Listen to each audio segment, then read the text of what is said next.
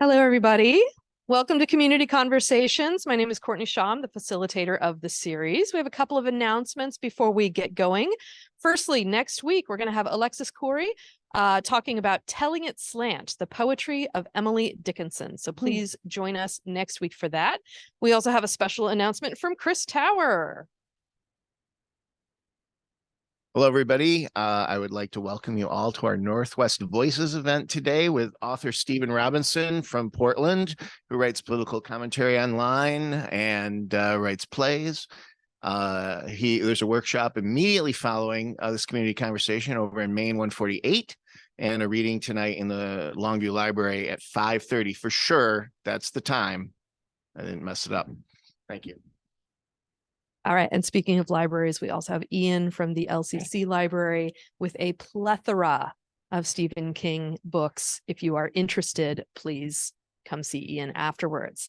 So I'm very pleased to welcome a couple of speakers today. I have with me Adam Wolfer, and Adam Wolfer is in his 23rd year as a chemistry instructor here at LCC. He received his doctorate in science education, master's in chemistry, and bachelor's in science education from Oregon State University, and still hasn't figured out what he wants to be when he grows up.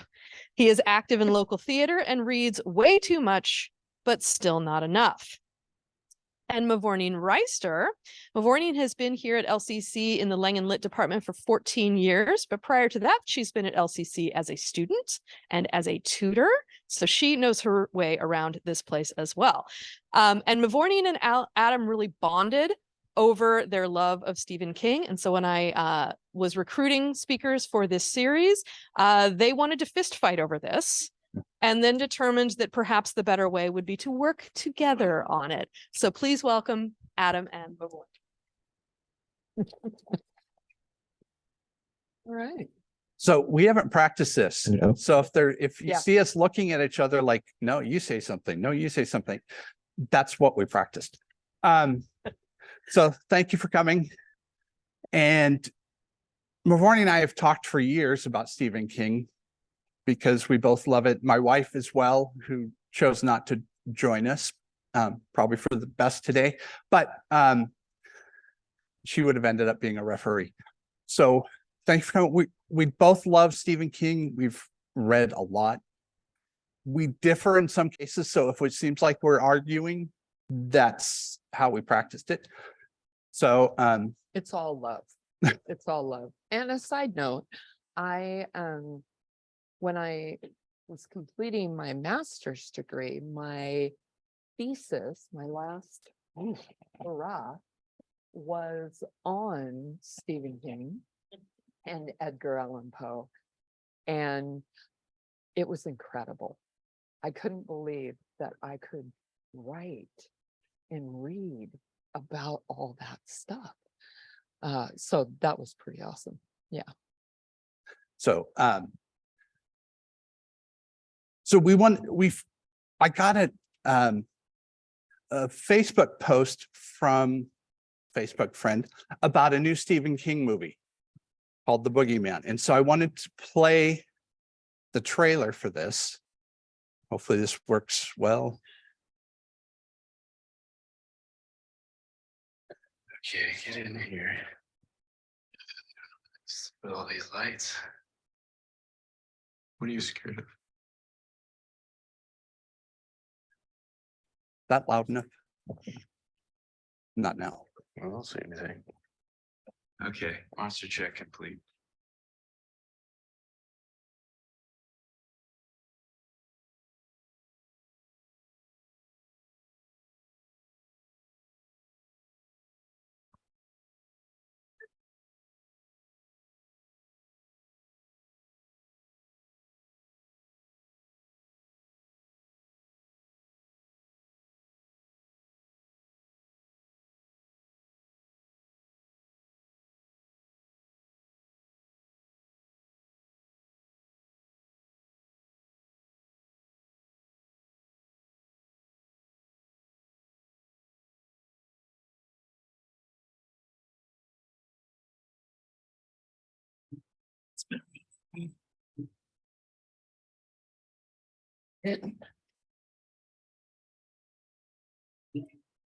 The dark.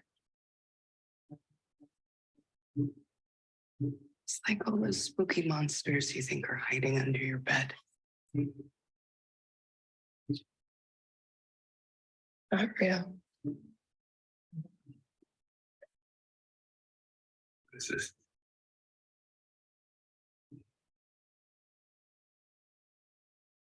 The thing that comes for your kids when you're not paying attention.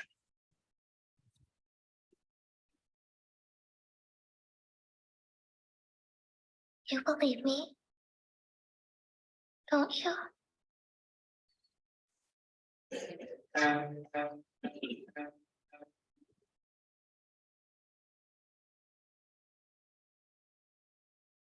And we have a movie date to see this. We've seen If you're a homeowner in both the Washington, revamps of it together.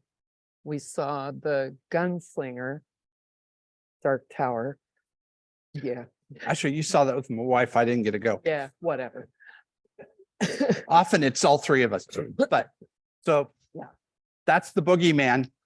And honestly, when I said, oh, wait, they're making a Stephen King movie, The Boogeyman, I don't remember The Boogeyman. So I looked it up. So it was published originally in 1973 in a magazine when he was making a side living as an author. He's still teaching English in high school, but it was collected in the Night Shift, which is his first collection of short stories, which about half of them have been made into movies.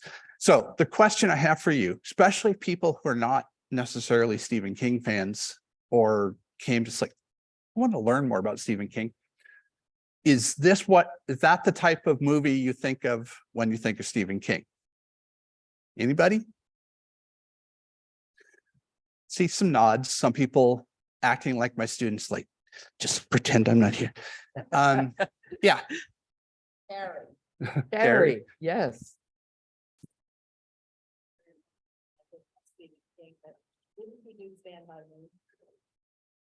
That's a good question Yeah. that we're going to answer later. Yeah, So that's what a lot of people, yeah. Manipulator too. There's always manipulation between people and get their trust. Yeah, a lot of manipulation. And so Mavourneen, I want to talk about a lot of different aspects, but also the genres of Stephen King that the uninitiated, the non-constant reader would know about. So yes. Mavourneen, you want to do this one? All right. So who is Stephen King? And that's typically the response. Oh, he's that horror writer.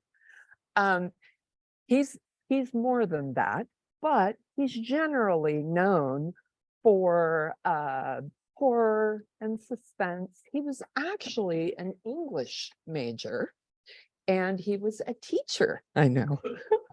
And a teacher, and read up on what he says about being a teacher. I won't repeat it. He is an award-winning author. He has won multiple awards, and yet critics still view him as mediocre. Okay, that's not there. We've revamped this. In fact, last night I get a text from Mavourneen saying, I went through it one last time. So I'd go through it one last time, fix the things that she fixed, and she will fix things. So, and those of you that know both of us are not surprised. Well, I wanted. Uh-oh. Uh-oh. Okay. Did we break it? Yep. All right. So go ahead. Yeah. Why do we love him? Castle Rock. We both live in Castle Rock. Many of his stories are based in Castle Rock. Yeah, oh yeah, not our Castle Rock, but This Castle Rock, Maine. which is a fictional town Yes. in Maine. Yes. We adore his complex characters, all the way from, the kids to the monsters. They are all complex, they're deep, right? They're not just monsters, right? They're us. Yeah. So we've had a lot of discussions since we decided to do this together, trying to convince each other that we're wrong. Yeah. I'm joking. We actually like each other a lot. She threatens me a lot, but that's just her style. So he does research in his books, and some of them that are placed in areas where I know, I'm like, well, yeah, the people are like that. There's not a lot of them because I've been to Maine, but I didn't spend a lot of time in Maine. When you're reading his work, there is a movie playing in your head, at least as I'm reading it. And I think Mavourneen would agree, so that the visual imagery is there, which is why some of his movies have been well received, because they can just translate that imagery right to the movie. Mhm. He uses foreshadowing, which I love. In fact, his newest book called Fairy Tale, the narrator is talking about what he's doing, and he goes, I never went out to the shed until later. And then you're like, okay, the shed, something's going on at the shed, and the shed is a major part of the story. So you can talk about anthropomorphism. He loves anthropomorphism.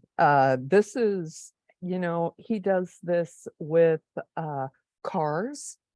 Christine, what else do you think? Dogs. Oh, Cujo.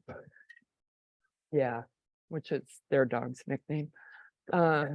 Yeah, he brings things to life that shouldn't be, which is quite terrifying, right? I will never look at a truck or a lawnmower the same because of him.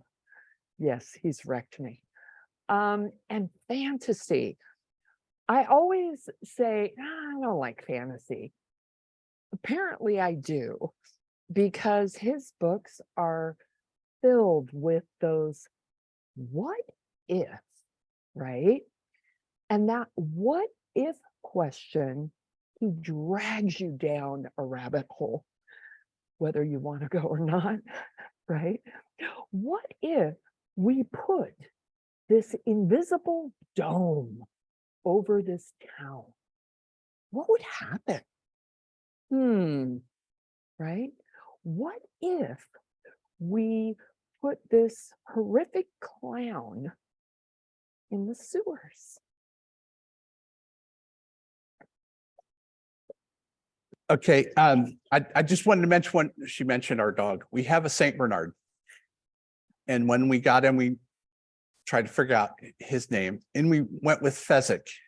Fans of the Princess Bride will know Fezzik is the gentle giant in Princess Bride. So his name badge on the front says Fezzik and has my wife's cell phone number. On the back, it says Cujo and has my phone number. Because she said, yeah, that way if he's being a jerk, then they'll call you. I was like, okay, great. He's not, he has some problems. He's an escape risk. We live next to some forest property. And when he was a puppy, he found some deer bones out there. So he still likes running out there to find them, which is really annoying. But so his characters are really important. Talk to Stephen King fans and they will have some talk about one of his characters or more, maybe 50 or 60. Because I found out he's published 80 books. At least that's the last number. My wife and I own all of his published books, and I was going to count them, but never got very far because I'd start look. Oh wait, I need to remind myself of this book, so it didn't go very far. But so the characters are more important than the plot. So here's the 7 children from the first It. It was a made-for-TV 2-part movie. So these guys are the Losers Club. they're the kids that are ostracized by everybody else. They form their own group and they save the town. Here's the 7, that one got cut off, 7 kids from the latest movie from 2017. And then Tom Hanks plays one of his characters. And dang it, I love this actor. I keep forgetting his name. But he also plays a great part in that movie we'll talk about later. And the people are good, mostly, just like us. You know, if anybody here is perfect all the time, please come talk to me. I'd like to see how you survive doing that. And they're emotionally deep. Mavourneen turned me on to a documentary about the first It, the made-for-TV movie It. And so I've been watching it, and the author and the director were talking about, this is going to be hard because each of these 7 children has a deep backstory about why they're a loser, why they are where they are, how they become friends, their powers. They don't have powers, but you know, their strengths. That's the better word, their strengths. So they're all very emotionally deep. And Stephen King said something that really struck me, which was his stories are about ordinary people in extraordinary situations. So I just wanted, so that Stephen King gets his word in instead of ours. This is the beginning of one of his books, which he published in a very unique way, because he loves books, he loves writing. So he published them in, I don't remember the technical term, but they came out like once a month. And what's that? Serial. Thank you. I was in grad school when they first came out, so walked by the OSU bookstore all the time. I would always go in to make sure the newest one was in and get it and read it. So he starts out, this happened in 1932 when the state penitentiary was still at Cold Mountain, and the electric chair was there too, of course.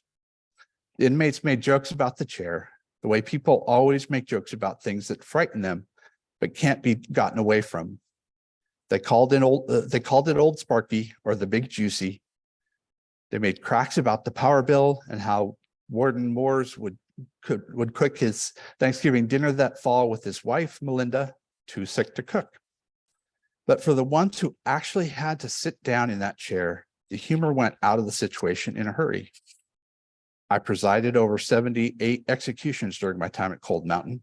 That's one figure I've never been confused about. I'll remember it on my deathbed. And I think that for most of those men, the truth of what was happening to them finally hit all the way home when their ankles were being clamped to the stout oak of Old Sparky's legs. The realization came then.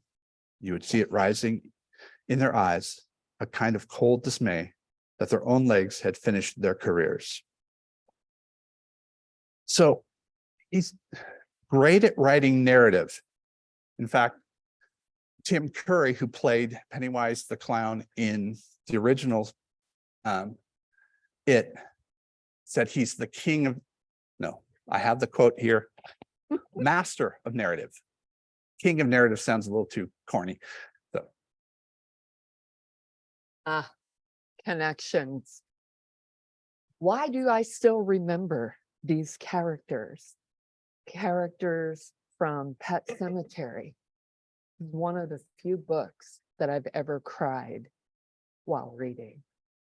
With the death of a child, destroyed me.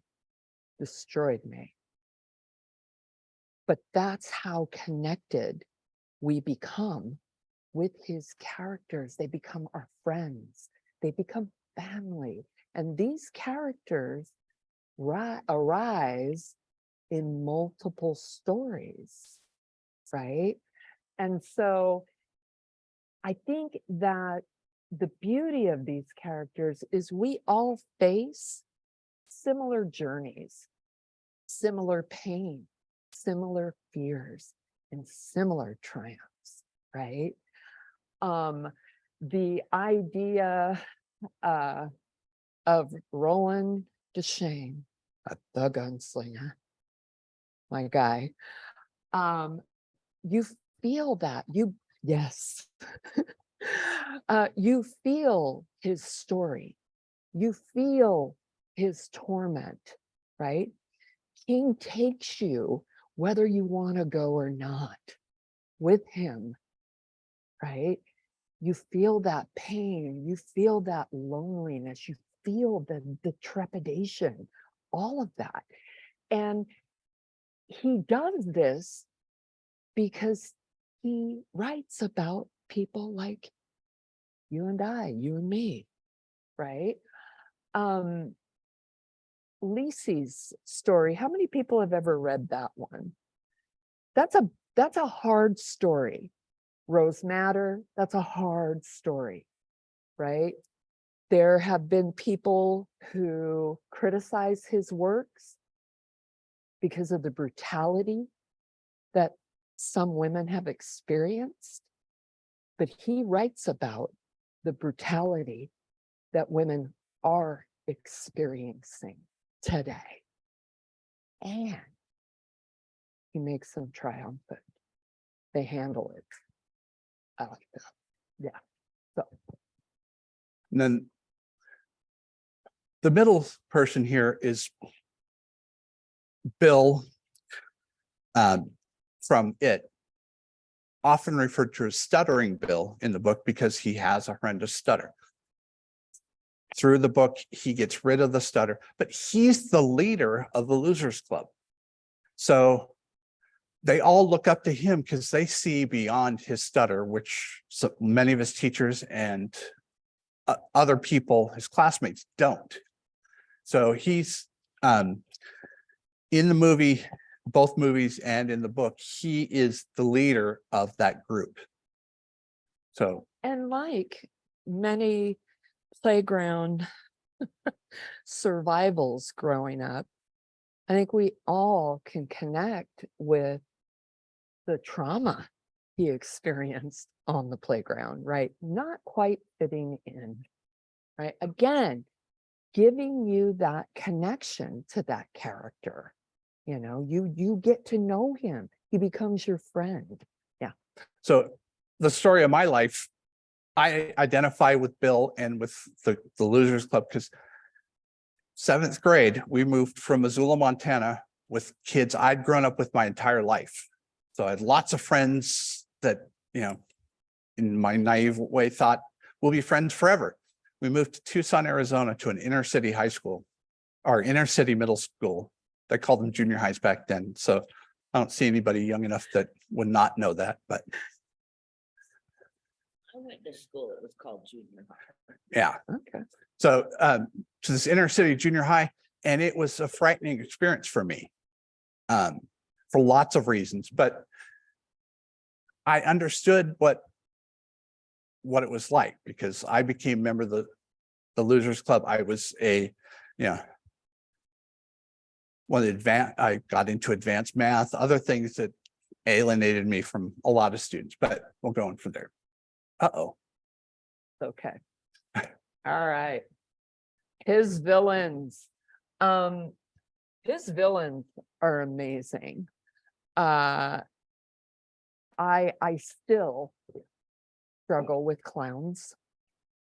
Still, red balloons, the color red, every time I put this on. But I want to go deeper into, they're not just monsters, right? And people get lost in that. These are evil entities, right? They're not human per se, right? What is incredible about his monsters is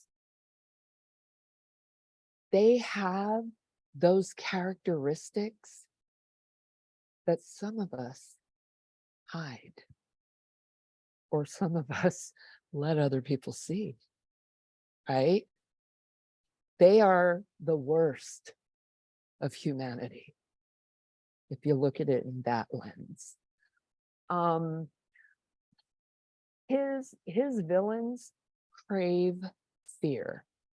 I would say King craves fear, which is why he still writes, right? Yeah. Again, technically, they're not from these parts, right? The clown really isn't a clown. It really isn't a spider. It really isn't a werewolf. Technically, it is a child-eating alien.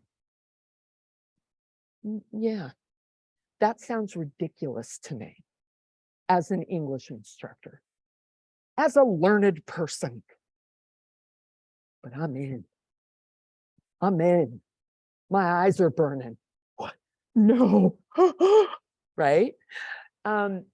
Because these characters, again, are the worst part of society, right? So this is Randall Flagg, the villain, the chief villain from The Stand. Randall Flagg also appears in 8 other novels as Randall Flagg. But if you look up on the Stephen King wiki page for Randall Flagg, there are people that claim he's in upward of 15 of his novels. I think that's the number. Some of the claims, I'm like, no, that character is not Randall Flagg. What are you talking about? So now I have to go back and read those books to see if they're true or they're right or not. Rotten people making me read. But Randall Flagg is an entity, like a demigod kind of entity. He can make people do what he wants. He can create people. He is a very scary person. And he appears in the Dark Tower series, which is, sorry, I was going to make a joke that would get me in trouble with Mavourneen. That's Mavourneen's favorite Stephen King, is the Dark Tower series. So he appears in that as one of the many villains, but he also appears in some others. So he's also goes by lots of different names. The Walking Dude, lots of names that start with an R and end with an F, or first name is R, second name is F.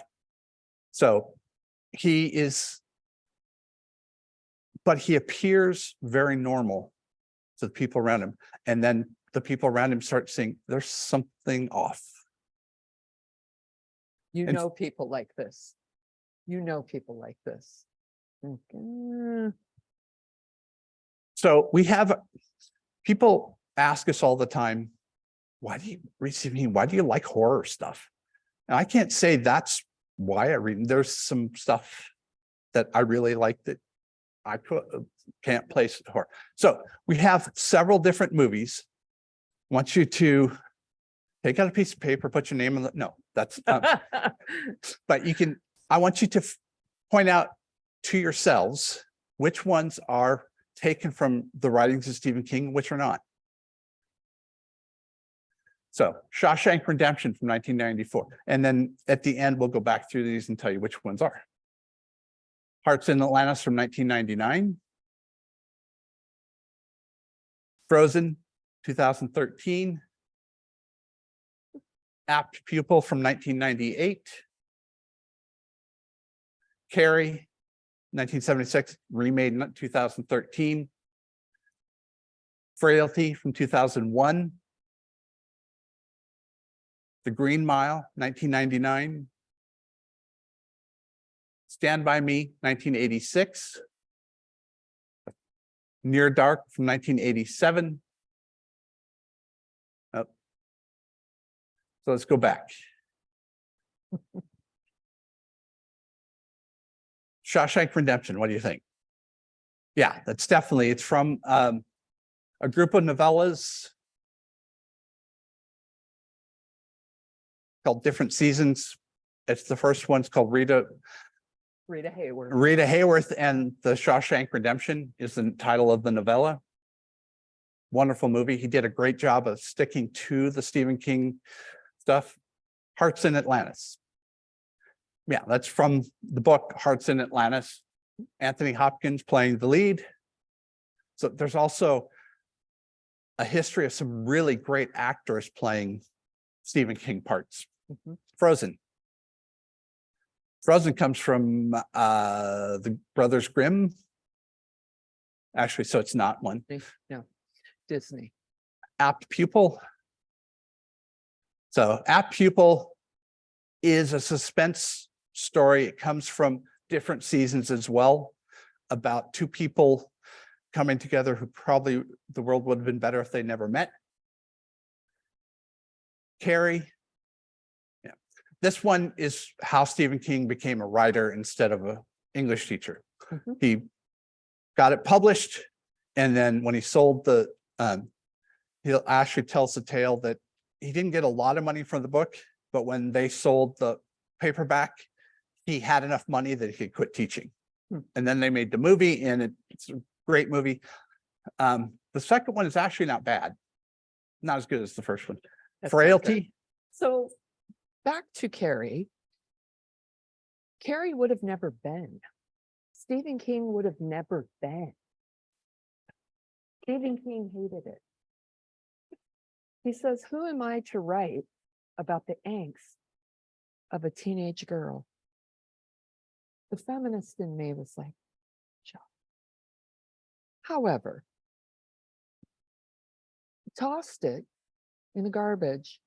His wife, Tabitha, dug it out and read it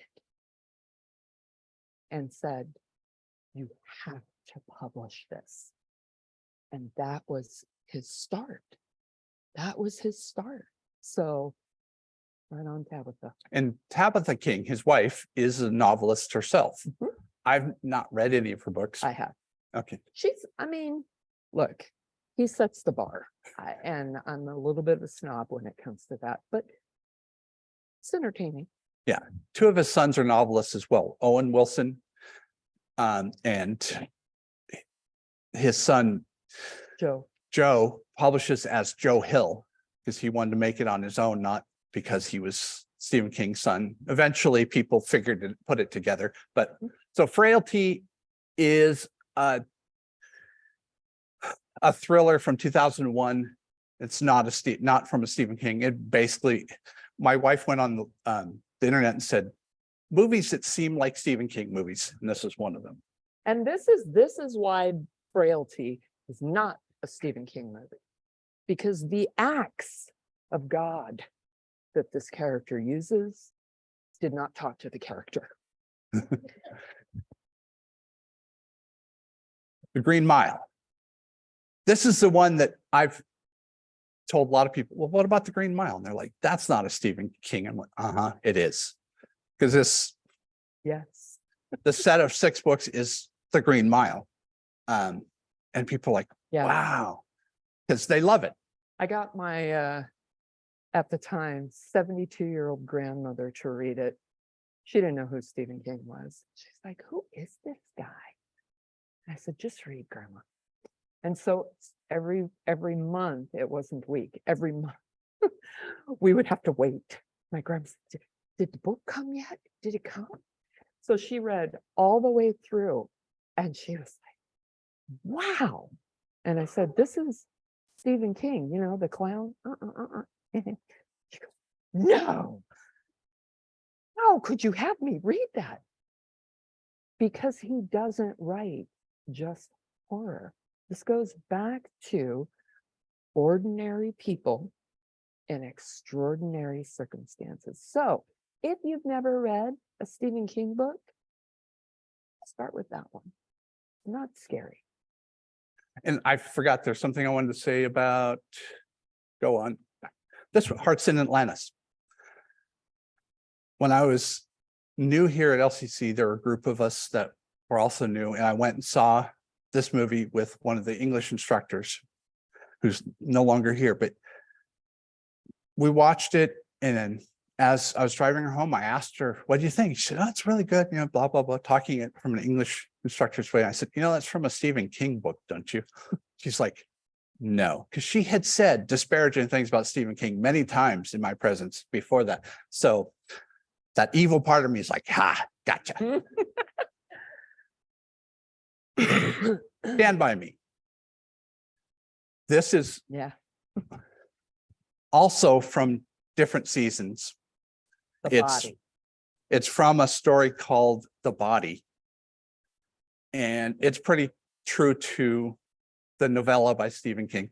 So my recommendation, if you're interested in finding out more about Stephen King, you're like, I don't want to read any horror. If you read the first two, no, the first and the third one, Yes. Rita Hayworth and Shawshank Redemption and The Body, those are great stories. Yes. Illustrate his writing style. Apt Pupil was also made into a movie, not as successful. It's not as good a story in my mind. And then The Breathing Method, don't bother. He has I agree. misses. Yeah. Near Dark is a vampire movie from 1987. I've never seen. No. My wife has, but it's Yeah. okay. So here's some of our favorite, some of the top 10 movies made from Stephen King stories. The books are better. Totally. Totally. So It, Yeah. 1990 and 2017, The Green Mile, The Shawshank Redemption, Misery, which Kathy Bates became a star because she played that character so well. Stand By Me, and The Shining, which has actually been remade because Stephen King didn't like what the original director did with his story. So he had it redone, which isn't as good as the original. Terrible. Terrible. And I love King. Terrible. What's interesting is the majority of his movies that are successful in film don't have Stephen King, right? Meddling, right? He is an amazing writer. He's an amazing writer. You need to stay away from him. Okay, just saying. And I say that with love. But most of these are from his short stories, right? And Adam and I were talking about that, how these short stories are easier to translate in film, unlike The Dark Tower.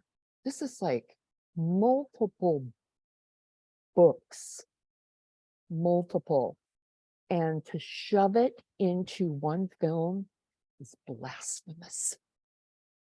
Exactly. Yeah.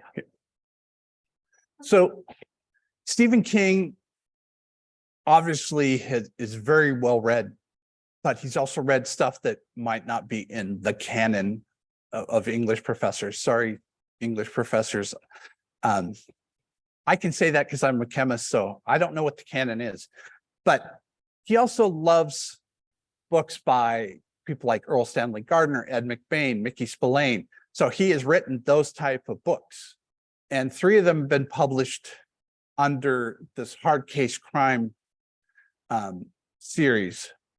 Colorado Kid from 2005, which actually became a TV series called Haven, which has almost nothing to do with the book, except for they start out looking for the Colorado Kid. And then Joyland, which I really liked. I liked the Colorado Kid, but I also really liked Joyland. And then later, in 2021, these are all more of that genre of these guys. No horror in these, only human horror. What humans do to each other. No monsters. Fish. Yeah, and only one of them later has any supernatural, because this kid has some supernatural ability and he's being exploited by the local police or one local police person. And also I had to include this cover art because I'd never seen it. They have an illustrated edition of the Colorado Kid. And so they basically, the whole story is they find this guy dead on the beach. No one knows who he is. There's a little bit of identification in the stories, how journalists talking about how they tried to find who it was and why he ended up dead on the beach. And I guess I put it in there twice. So wanted to add some thank yous. Dawn Drouse is my wife, and she's still bitter about, she added that. She's still bitter about the Dark Tower, the movie, and the fact that she read the entire, she didn't like the series. Her and I had a deal. I would read the Monkey Wrench Gang if she would read the Dark Tower series. It took me 1.5 years to read the Monkey Wrench Gang. I don't get it. I mean, yeah, but I don't get it. And she will never let me live this down because she read all of them and complained the whole time via text. So yeah. And then Lindsay Keevy and Ian King are our library police. That's a reference only Stephen King fans will get, but Yeah, I can explain it to you. I don't know if you're a Stephen King fan, but. you should read it. It's terrible. And Kathleen Allen is an actor friend who, when I first decided to do this, I was starting to feel a little iffy. It's like, yeah, no one's going to want to hear me talk about Stephen King. And she was very excited. I was playing her husband in Calendar Girls, and she was like, I got to make it. So, and then my brother Ed, who turned me on to Stephen King because he went to Germany for his last year of college. I was living with our parents, and he left a big box of cheap paperbacks he had bought, including a bunch of Stephen King. So the first time I read many of the Stephen King stories, and Sally Davis Fulham is a friend of mine from college.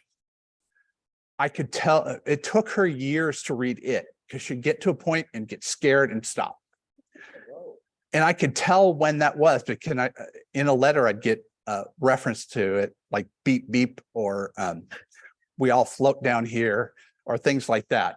She also sent me a pencil that says, we're all clowning around or something. I still have the pencil, but she would always let me know she was starting again. She's fine. She has finished it.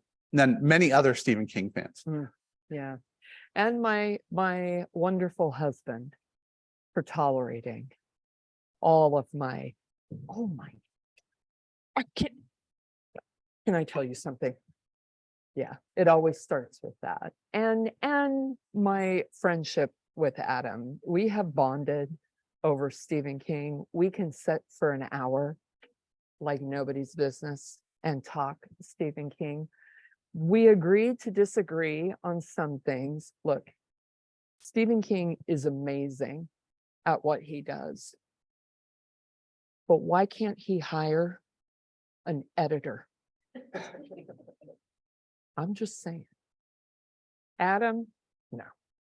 You're losing that. No. But yeah. But So, mostly we agree. So that editor thing, when I read and some grammatical error or spending too much time on something takes me out of the book, I hate that. But never happens with Stephen King, or rarely happens for me. Maybe because I'm not an English teacher and, split infinitive. Someone will have to explain that to me someday. Yeah. So, comma splices, those, I know the words, I don't know what they mean. Yes, he does. Don't let him fool you. Do you have any questions? You have a question? I'll bring the microphone around so it gets picked up on the recording. All right, let's start off over here. When did he write his first novel, and what is your favorite of the 80 that you know about? You can't do that. The first novel, let's see if I'm going to cheat. I don't know when he wrote it, but he was writing a lot of short fiction that was getting published in what we call men's magazines. That's where I get. So this was published, copyright 1974. So before many of us were alive. Right when some of us were born. What's that? Or right when some of us were born. No.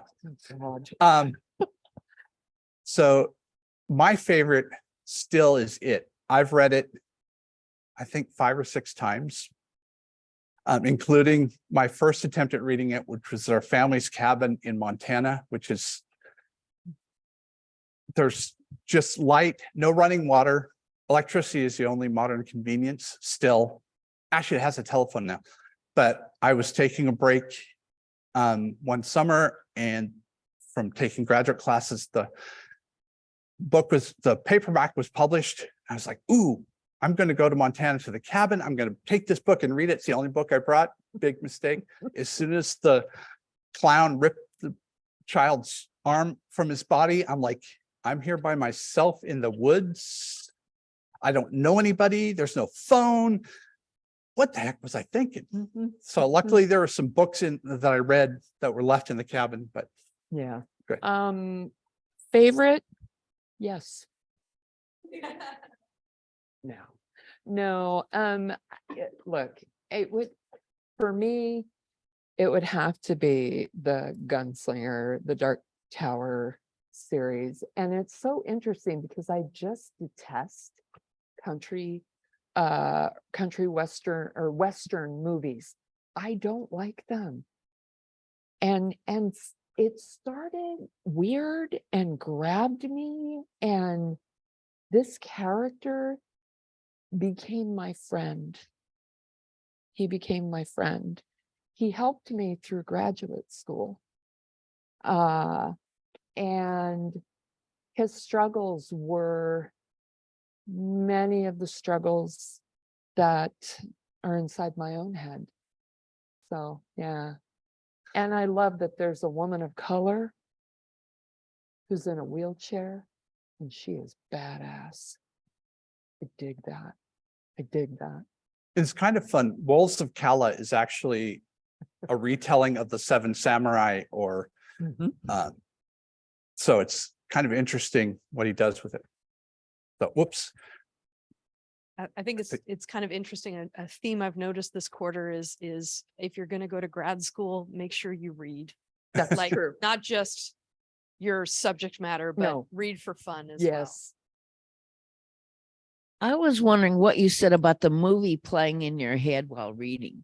Doesn't that happen with every book? It does for me. Yeah, it should. It In does. theory. Northrop Frye discussed the reader-writer relationship, right? And how they do this dance together, which is why when it comes on the big screen, you're like, that's all wrong. Why? Because you have a different movie playing in your head than I do, than he does. Yeah. And I was wondering about the emotion things. See, I don't get emotions from the book. I make up my own. And I would say I you're don't being Relate to the manipulated. emotions in the book. I would say you're being manipulated by King or his character. Well, I don't really read him. He's not, but he came out with that fairy tale book and I just bought that. So Yeah. I'm going to have to read it. Awesome. Awesome. But I'm not one of his fans. Yeah. I hear this all the time. Yes. All right. Oh, yeah. Worst movie, Huh? Tower or The Lawnmower Man? Discuss. What? Say it again? Which is the worst movie? The Dark Tower or The Lawnmower Man? I haven't seen either one of them. So The Dark Tower. Hands down. Hands down. Okay. Iridus was incredible. He was, to me, Roland Deschain. He was amazing. Too much. So back in the days, Charles Dickens was like that total pop trash that nobody who was a proper educated gentleman read. And now we torture school children. So do you think with Charles Dickens, so do you think once Stephen King dies, do you see school children being tortured with Stephen King as required reading and wondering what these old grumpy people know? Because clearly these are terrible books because they're required. I'm not going to touch that one. But let's talk later. so Very interesting question regarding where the line between pop literature and high literature is. And that's kind of what this whole series is about. and So thank you all for joining us. We are out of time at this point. But I thank you for joining us. Please come back again next week. And also big shout out to Humanities Washington, who is sponsoring our series this quarter. And I love hearing people talk about books they're passionate about. So especially thank you to Adam and Mavourneen today. Please come again next week. Please go to Northwest Voices Yes. afterwards, and see you later, everybody. Awesome. Thank you. Thank you. Oh, and our library, LCC library, has a lot of Stephen King books, and Ian is patiently here. He'll check some out to you if you're eligible. I don't know what the rules are, but you can come and look at some of them too. There are lots of different areas. If you're thinking of one that some area you'd like to see, talk to us. We can hook you up.